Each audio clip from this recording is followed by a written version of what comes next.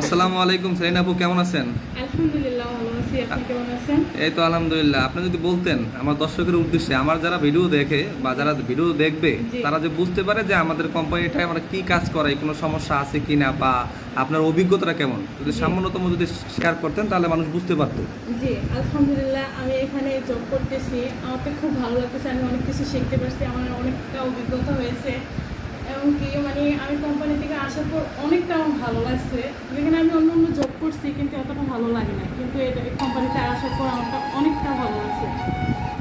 আর কি বলবো, ভাষা প্রকাশ করতে পারতেছি না। কিন্তু স্যারদের মাধ্যমে যদি আমার কোনো সমস্যা হয়, যদি তাদেরকে জানাই, তারা আমাদেরকে সাপোর্ট করে এবং তারা যথেষ্ট পরিমাণ চেষ্টা করে এটাকে সমাধান করার জন্য।